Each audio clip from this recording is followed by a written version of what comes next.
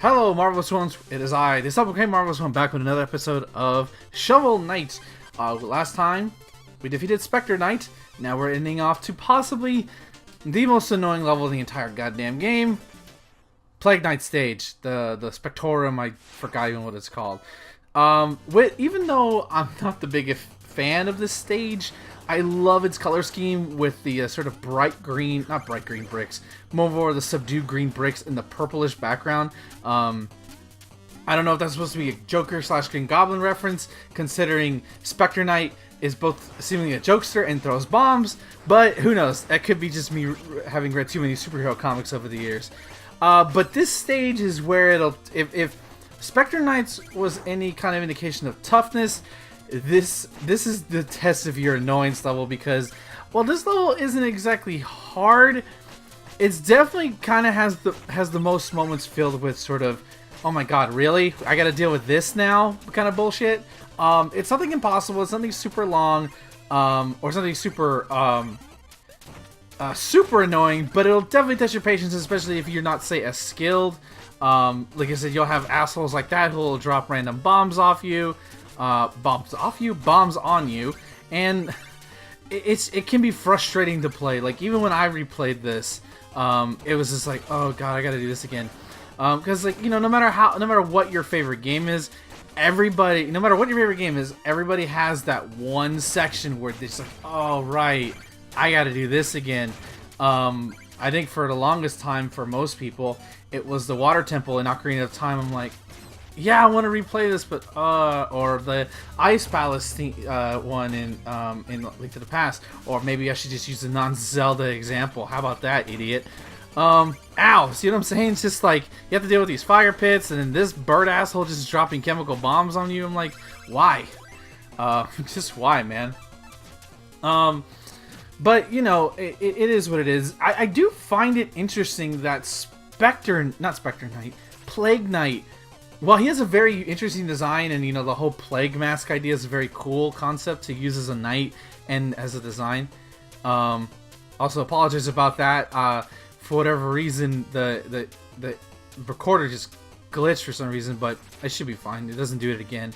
And I'm showing this because for some reason, I don't know what my spacing was, but I just couldn't get any fish, and I don't understand it. I didn't get it. Until I finally get this goldfish. Like, thank you. I wish it was the triple thing, because I was hoping to get. I forgot to go back to the triple fish to refill on my heart, or my life rather, or at least have backup. But I think this stage kind of overstays its welcome. I think it's a little bit too long for my taste. Again, it's not super intense, and you only have to do it once. But it's just, you know, you can only want to replay a level a certain amount of times, and I think this is, out of at least this first half of the game, this stage is the one where I died the most, namely due to either notorious knockback, or mistiming a jump, or, you know, just being an idiot and just taking damage as I went through each level. It just was not fun. It's not fun to me. It's not game breaking or anything, and you know, even if maybe you like this level, and that's perfectly fine. It didn't destroy the game for me. I didn't want to put it down from it. Oh god, I hate these clowns. These are the worst. Just because when you hit them, they have knockback, which I guess it's like payback, bitch. But at the same time, when you're fighting them over like pits, bottomless pits, and you know, you have to go to them, and they can knock you back into the bottomless pit. That's when it's like, oh god, just please leave me alone. Just die. I'm just gonna, you know what? I'm just gonna go bash you. I don't need this. I don't need this in my life. And then we have this asshole, who thankfully I was able to destroy pretty quickly. But my god, this enemy is just like this game doesn't have dickish enemy placement. Not a lot, but this guy will show up at the least never at the right time, never at the time you want it to. It's always sections like this where you either have spikes, which I don't think these spikes instant kill. Those spikes that the enemy is floating next to, instant kill. But he'll just chomp, chomp, chomp, chomp, chomp, and it's super fast, so it's hard to react to. Thankfully, there's a treasure that you get later in the game that makes him a complete joke.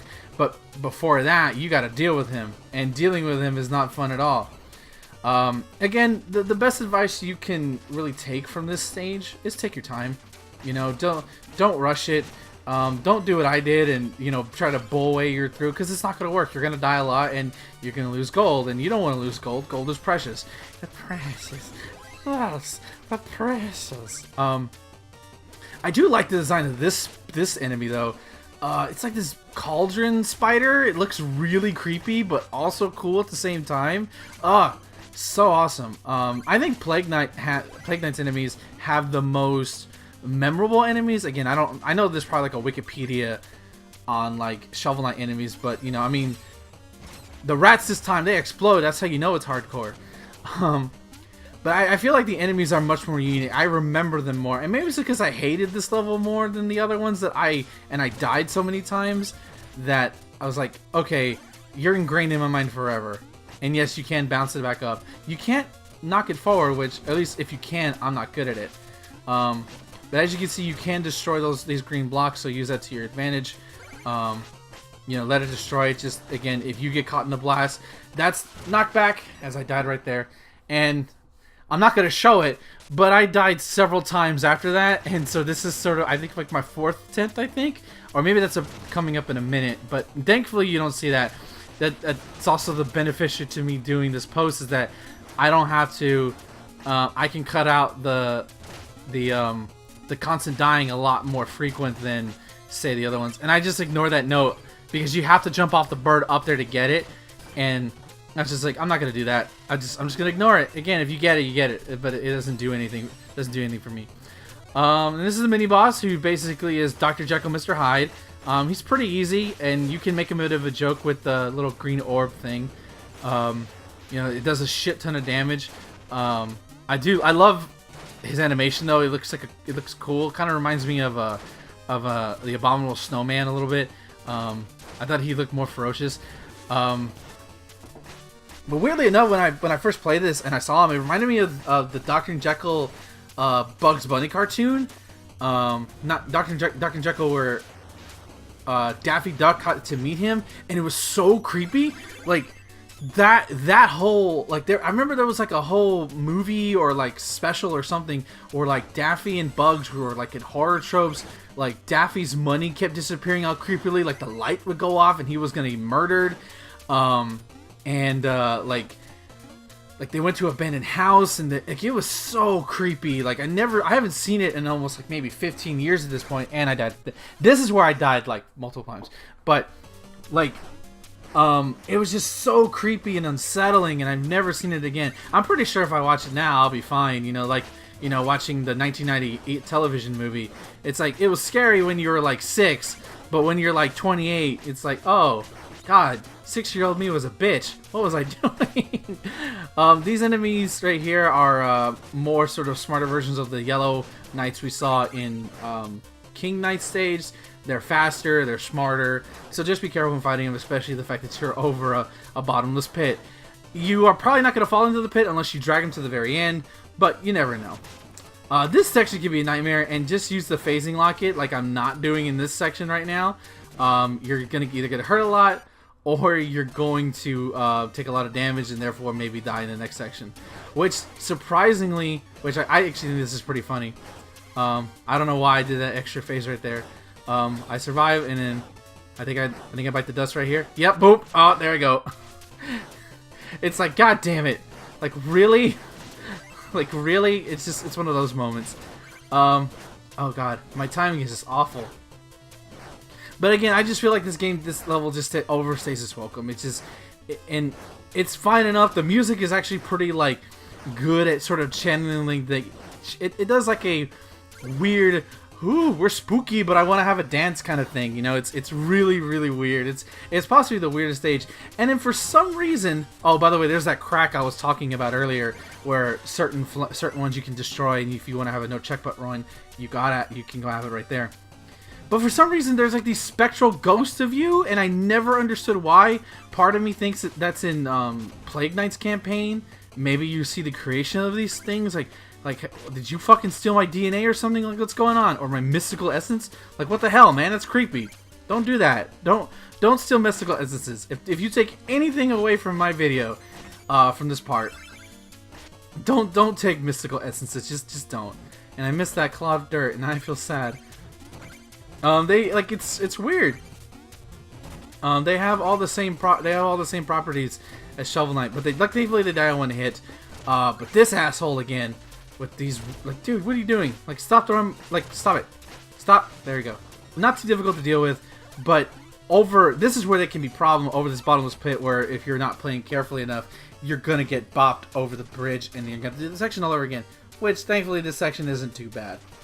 But again, I love the background. It kind of has like a sort of church environment, considering Plague Doctors were, I think they were part of the church. I could be wrong, but I like that sort of a feeling, that sort of aesthetic to it.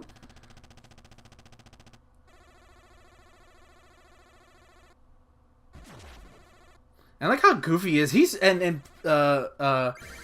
Knight's really goofy. Like, he's kind of like awkward as hell in his campaign, at least for what I played. And his playstyle is so different, because he's basically doing what you're doing here. It's all about resource management, more so than even with Shovel Knight's use of magics and, you know, watching his magic level. Because with once you start getting the maximum level out, max out your magic, you can kind of like abuse it and use it sparingly, especially because magic potion drops are pretty generous with this game. And for some reason I put invincibility, like draw all treasure for me, when knowing that's not going to do anything for me at all. I thought maybe I had the invincibility one and I clicked that one. Maybe that's what I was thinking. Again, I recorded this way back in September, which is interesting. But he's pretty easy. He can be chaotic, and that might get you to die a couple times, because there's a pattern to him, but it can be so sporadic that you may not see it. But again, just, you know, do what I did and just, you know, effing power through. You know, that's all you really got to do. And, you know, again, I'm never going to get tired of this. You know, back at the yield camp, it's the same forest, same spot every day. Part of me wants to think that this is a camping spot that he and Shield Knight like found, and like he purposely goes on here just to be closer to her. And I think part of me thinks that's the reason why. It's just being sweet, like he remembers her friend. But we've unlocked something new in this. As you can see, this weird sort of thing walking across the board. We're actually going to challenge this person. These are wandering warriors, and this is Rise. You give me some rice. But I believe these were a Kickstarter campaign. Like, these were Kickstarter stretch goals where, like, if you donated a certain amount, and if you donated a certain amount, you got to be able to, I don't know if it was designed, I think it was designed or helped create a character, which I think that's badass. I'm pretty sure, like, the Super Best Friends actually got one, and he'll be showing up later. But I still think it's cool. Like, there are these like little, not secret boss fights, but these extra little fights, and your reward is more gold. And thankfully, even if you die, as you saw with the, you know, floating bags of money, I did die once. Even if you die, they don't go away. You can immediately go challenge them. Now, considering where we are on the map, if you needed health and you need the triple king, you need the triple health king. You know, you may be SOL, but for the most part, they're pretty easy to memorize for the most part. I'm not doing the best job right here, but they're not too difficult. They're pretty good. I do love the background. Like, I'm not, like, you can see the mountain in the background, and we're in some kind of weird cave, even though the icon was over a forest. It's weird. Who knows? You know, such a great design. Such a cool looking area.